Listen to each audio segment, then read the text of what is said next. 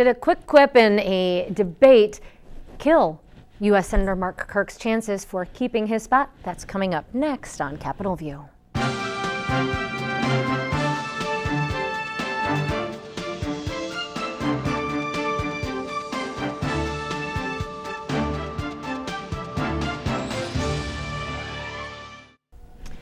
U.S. Senator Mark Kirk and Congresswoman Tammy Duckworth had a rare debate, one of only 2 televised matchups, and the only one downstate.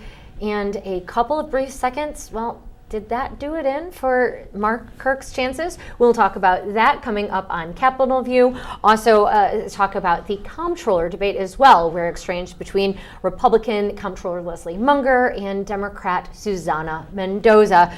Plenty more, of course, coming up in this next half hour. Thanks for joining me. I'm Amanda Vinicky, State House Bureau Chief for NPR Illinois, or Illinois Public Radio, and joined by my brother on the airwaves, Dave Dahl of WTAX. He is their State House correspondent. Hello. Hello. And also my friend Andy Maloney. He does all of the great work from Springfield for the Chicago Daily Law Bulletin, and we'll be sure to talk about some actual judicial races. It's not just the legislative ones that are on the ballot this time around, or the executive branch, of course. All right, but let's get started with this debate. Dave, you were there as Kirk and Duckworth were debating. A lot of ground was really covered, and we'll get to perhaps some of the serious nature, but the big storyline, it's made national headlines in fact already, was when they were asked about what America's role in the Middle East should be. And Duckworth, who of course lost her leg serving in the Iraq War and therefore has military service, was talking about how important it is to have a voice in the Senate as somebody who knows truly the cost of war when Congress is making decisions about how to proceed overseas, and if force is warranted, troops will be sent in and such. And she referenced that her family has been in uniform since the Revolutionary War. She, in fact, is a daughter of the American Revolution, as well as being an immigrant.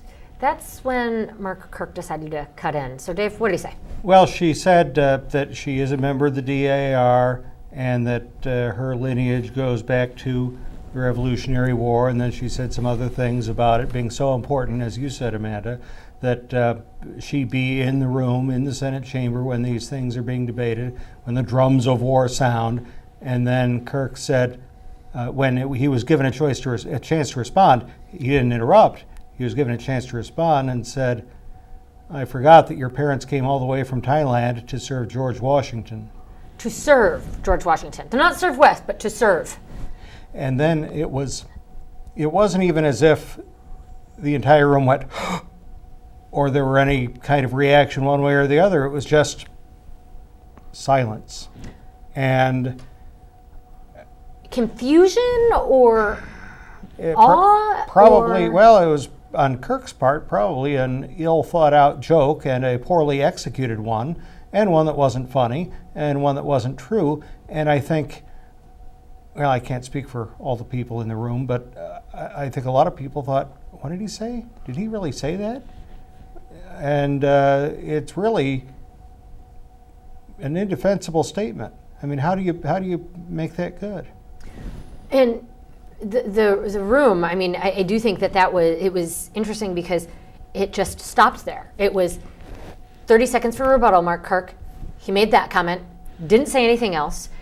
Tammy Duckworth didn't respond until later, the next question, when she said, well, yes, my mother did immigrate to the United States. She became an American citizen when she was in her 50s, but my father, it's through his family that, in fact, I do, she says, have gone back. I have to admit, I haven't gone through and researched her lineage, but she says they've been in uniform. She is, in what I think is remarkable about it, in addition, is that thus far, and right now we're obviously taping a show, so I'm not checking my email as we go, but there hasn't been an apology from Mark Kirk. You've heard all sorts of Democratic operatives, the Duckworth campaign being very careful in its wording, saying hey, those who called it racist, that's not us. We just say it's inoffensive and funny. The careful dynamics that campaigns go. They have other surrogates use those words, but it has been called a racist smear.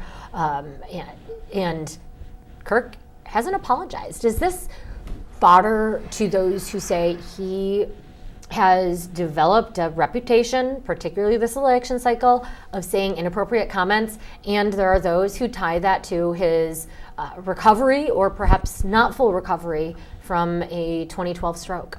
He has been saying things that have been discordant since before his stroke, and so whether he can blame this moment on his stroke, which he hasn't, yeah. Mm-hmm. I don't know. And with regard to Duckworth, she's Asian American. Only one of her parents is Asian, and so it really, it's kind of mind-boggling that if you're going to be offensive, at least be funny. And he wasn't. No, there were no laughs, none.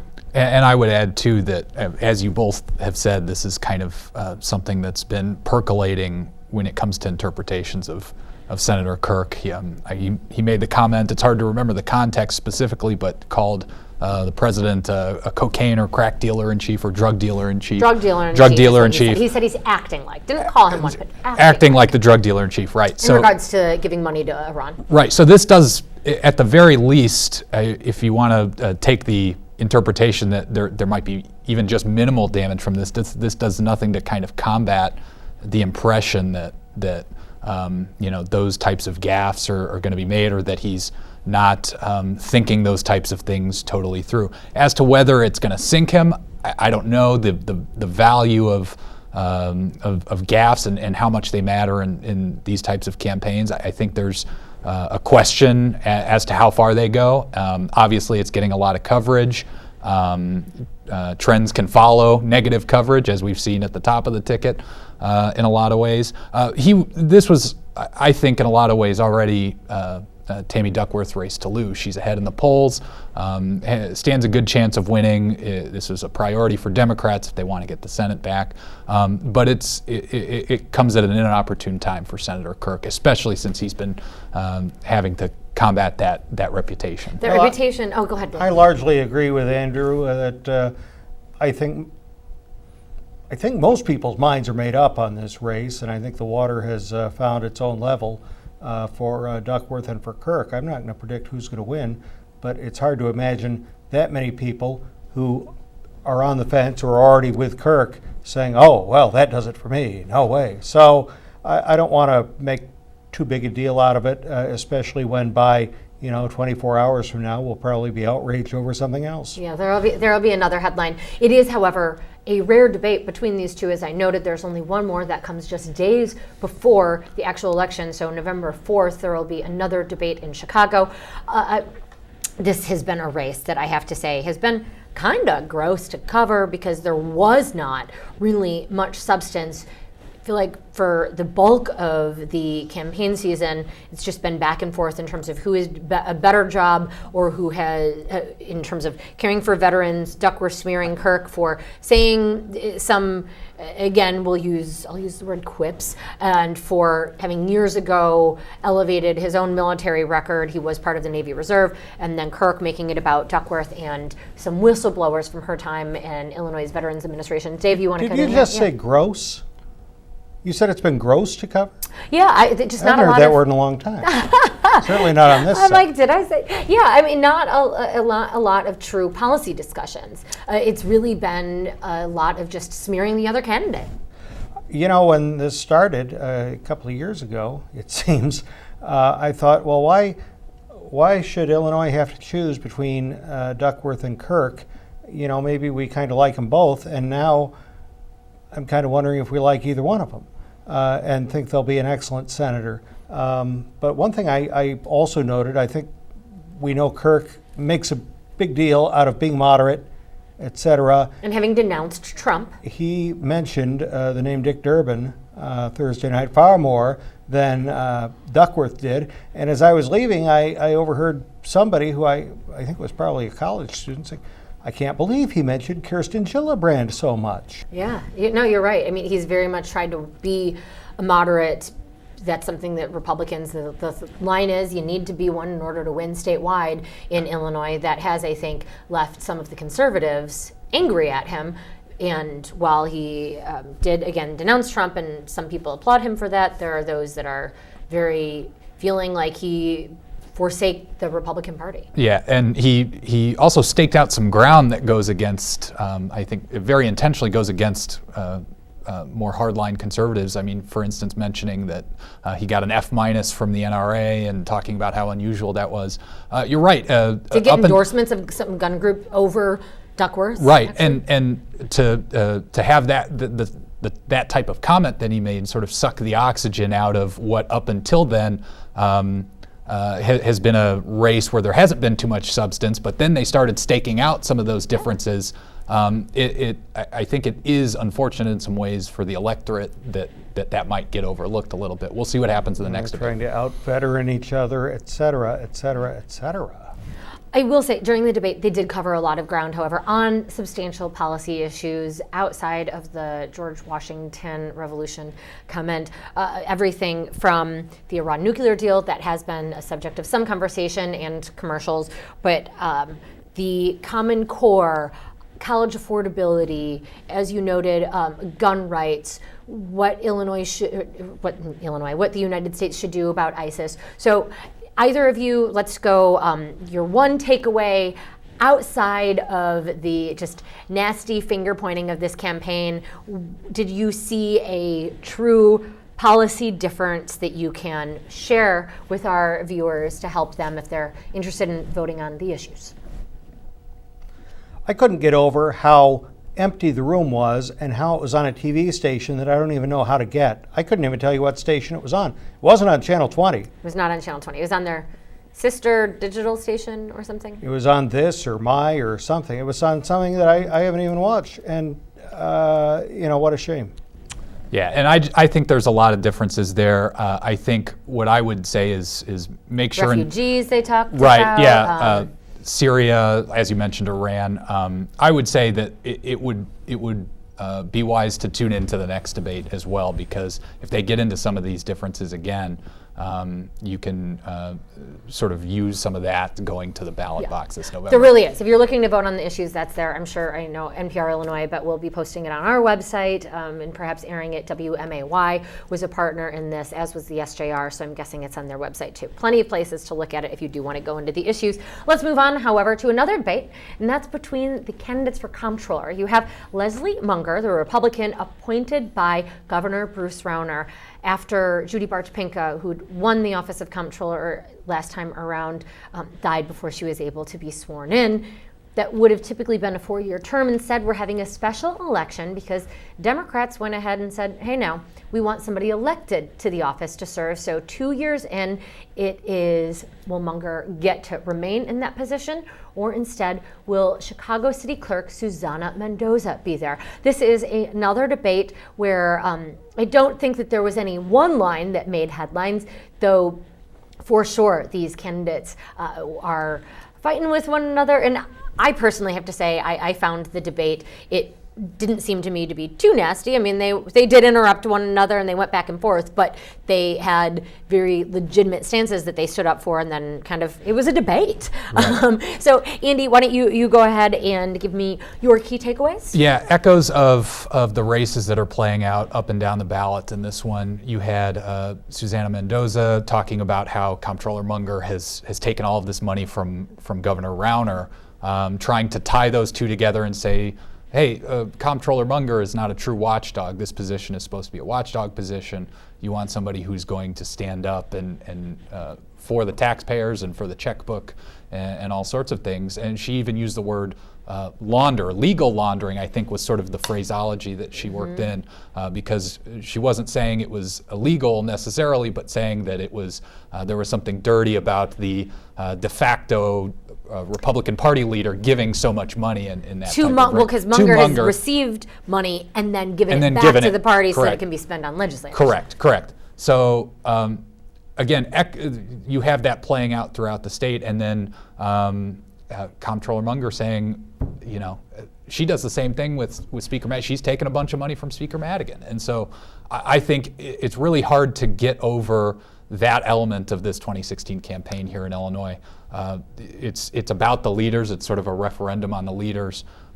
There are some other differences in there, but to me, that's kind of the biggie that's hard to escape. Is the money or the connections to Madigan / I think they're tied. I think they're tied together in a lot of ways. Can't separate these men from their money. Right, exactly. In the context of this campaign, I mean, you could talk about how unpopular both of them are. You could talk about how Speaker Madigan's been there forever. You could talk about how Governor Rauner has not negotiated a budget. He's holding the budget hostage, however you want to phrase it. But in a lot of ways, they're inseparable from the campaign cash right now at this moment. Andy, you read my mind, and I should be ashamed of myself. How many people are going to be voting on whether Munger or Mendoza will be the better check writer in chief, and how many are going to be saying, this is a referendum, to use your word, on Governor Rauner? Governor Rauner picked Munger, and he was mad that it wasn't for a 4-year term. He wanted it to be a 4-year term. Mm-hmm. On the one hand, you'd think maybe this is something we the people should decide. But he was against that, and he was quite upset when the legislature passed the bill making it a special election for a 2-year term, especially putting the election on the same day as the presidential election, which in Illinois skews Democrat, not Republican. Now, would Democrats, had it been a Democrat in the situation, would they have called a special election if a Democrat would have gotten to stay in for 4 years? Just like Mike Madigan says, well, I'm only one legislator. Right, just speculation. But let's be clear, both of the parties were going to want to hold on to that seat. Dave, why is it important? Why does the comptroller matter? Who cares who writes the checks? I think you're right. It's something that hardly anybody cares about, hardly anybody knows about. There's a constant push by at least the voices in my head, and yours too maybe, to combine that office with that of the treasurer. It's one more piece. More than the treasurer. Well, in terms of duties or significance that could make the life harder. I think that if in fact Mendoza does win, she could make Governor Bruce Rauner's life harder in terms of managing out if in fact Illinois continues to not have a full year's budget, and her prioritizing and not working with him, making it more difficult for him to continue to hold the budget hostage to his demands. And likewise, Munger, if she is in office, can continue to work with the governor and make it so that he gets his way on the reforms he says will help Illinois. Well, don't you think there's some sort of world there, maybe not a huge one, but enough? There are 2 points here. One, I can't get out of my mind the idea that this holding up the lawmakers' pay really is not legal. And number two. But who's going to sue? Not I, said the fly. Not any legislator, said the politician. Number two, these posts, comptroller, treasurer, secretary of state, are a bench, a farm team for people who may eventually rise to higher office. So politically, it's not in either party's interest to really do away with one of the offices like that, because that person may one day be governor. Heck, it's a way to get more money. I mean, as we've seen them being quote unquote laundered, all sorts of reasons. And just one thing to add to that, I do think the vagaries of the office sort of make it an interesting race to get so much attention. But also, when you have Leslie Munger, who was, of course, appointed by Governor Rauner and is a Republican, she is, in some ways, maybe you could argue that just prioritizing certain payments isn't a huge deal, but also just being a sort of a surrogate, not even overtly all of the time, but just saying, I think we need compromise, or just wrapping the General Assembly itself, saying, why don't they pass bills? I mean, she's come out in press conferences talking about the deficit or the budget issues. I think in a lot of ways serving as without overtly saying the Democrats are to blame, I think making the case that the legislature needs to balance the budget, which is something her predecessor, the late Judy Bart Topinka, always made a point of. This is a race that, to me, I think we do see it as a proxy war, and whoever wins will very much lend to, okay, who's ahead in this battle? Who are the voters siding with? Maybe. It may also just be, if you consider yourself to be a Republican, you vote Republican, having nothing to do with Rauner or Madigan, but just more straight party allegiance, or I've been kind of curious. There's so much speculation about the effect of Donald Trump down ballot for better, or in many cases, if polls are to be believed, for worse, if that will hurt Republicans down ballot, or if you're going to have somebody who considers herself a Republican, maybe vote differently at the top of the ticket, and then say, okay, to balance that out, I'm going to be sure and go the opposite way. If I, kind of held my nose and vote for Hillary Clinton, I'm going to vote for Republicans the rest of the way. I don't know. There are so many different ways that it can play out. Private ballots, we'll see. Something that was surprising to me that did come in that debate was that Governor Bruce Rauner did recently give these bonuses to non-unionized state employees, and Munger paid them out. That was something Mendoza hit her for in the debate, said, you could have done something about it. Munger says, nope, I don't have the capabilities at my computer. It's still old. She can't separate it out. It's just when agencies give the money, she has to pay the paycheck, and that is court-ordered. So, Andy, that brings us to court-ordered state spending, and there is a lawsuit by an organization that considers itself a coalition, Pay Now, Illinois. Yeah, right. It started off, I think, close to 100 of these sort of human services groups, and now it's down to something like 64, 65. But because some of the organizations have gotten paid through the stopgap budget. Correct. But basically, they late last week, asked the Illinois Supreme Court to decide whether they should get paid in the absence of a state budget. If you remember, it's an issue that that court had not taken up directly, even though it was they were asked to do so at the beginning of the entirety of the budget impasse. But they're saying, we think we have a contract with the state. The Constitution says contracts need to be honored. We want some clarity on this because we feel like we should be getting paid even if the legislature has difficulties making an appropriations bill. All right. Well, we will see if the Supreme Court takes that up. The Supreme Court will have soon, at least anyway, a new Chief Justice. Correct, yeah. Lloyd Carmeier from Southern Illinois ascending to the role of Chief Justice, which is basically sort of the face of the court, sort of sets the agenda in terms of what policies like cameras in the courtroom or certain reforms that need to be made. He has an interesting history. His battles to get on the court. Talk about money. Battles to get on the court and stay on the court have been like a good neighbor. Highly politicized. He barely survived a retention effort 2 years ago. That was when he was opposed by a lot of trial lawyers, plaintiffs groups, spending big dollars in super PAC to put out TV ads that criticized him and his record. They continue to maintain that he had support from these big businesses in ways that were shrouded, to say the least, when he originally got on the court. But he's stepping up to be Chief Justice. It's sort of a rotation. Thank you, Dave. So we shouldn't take anything away from this in terms of the court and if it has a certain stance on any issues. It's just process. It's kind of procedural. I think that probably behind the scenes, the Chief Justice has an active role in figuring out maybe who's going to write certain opinions. I think there might be some more influence associated with it, but this is pretty much a seniority thing. It would have been odd had he not gotten to be Chief Justice. Becoming Chief Justice, if you're on the court long enough, is sort of the norm. Real quick, Dave, explain your joke there, like a good neighbor, in reference to Carmeier. Because State Farm was a big donor.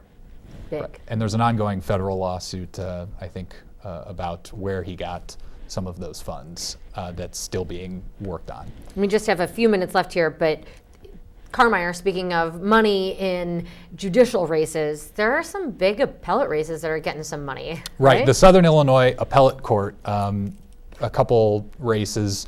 There's one justice who's already on the court trying to stay on because he was appointed and is a Republican, and then another Republican judge running against Democrats. There's a super PAC called Fair Courts Now that has put up, I think, close to $1 million at this point to support the Democrats in those two races. This has echoes of Justice Carmeier's races for the court. funded by a lot of the same groups. Only this time, the Republican candidates might not have the money to counteract that. So it'll be an interesting race to watch as we get down to Election Day. 2 minutes left and 2 more issues to cover. Andy, I'm going to go to you again on some changes for that are being sought by the Illinois Supreme Court, in fact, on bonds. Right.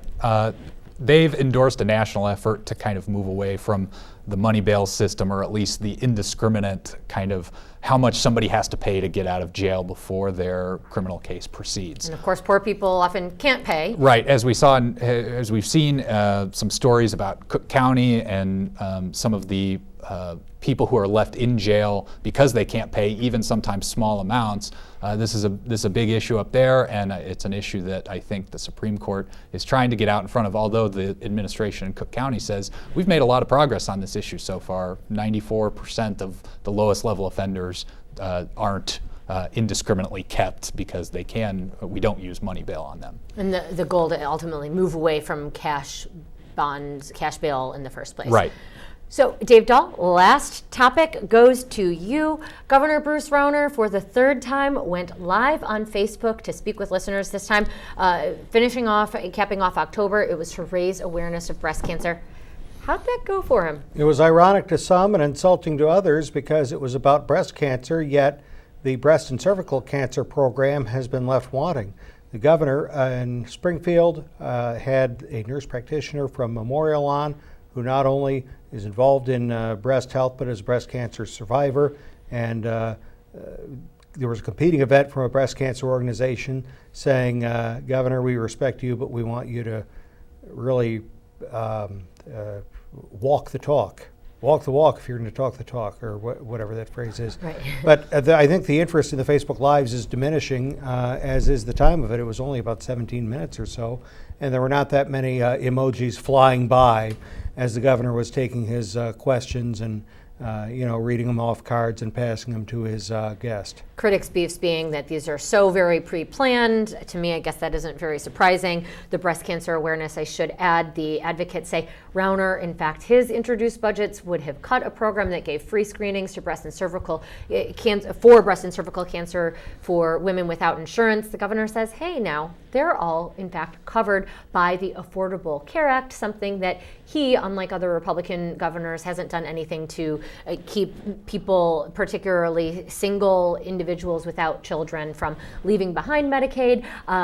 The breast cancer awareness group saying, but wait a second, people who can't prove they're citizens aren't covered by that. So there's your backstory. We'll see if the governor gets back on Facebook Live again, or if perhaps this was the last one for him, given the dueling Facebook live stream that came after it. But you know what? We'll be back here on Capitol View. So thank you so very much to Dave Dahl of WTAX, also to Andy Maloney with the Chicago Daily Law Bulletin, and for NPR Illinois and Capitol View, I'm Amanda Vinicky.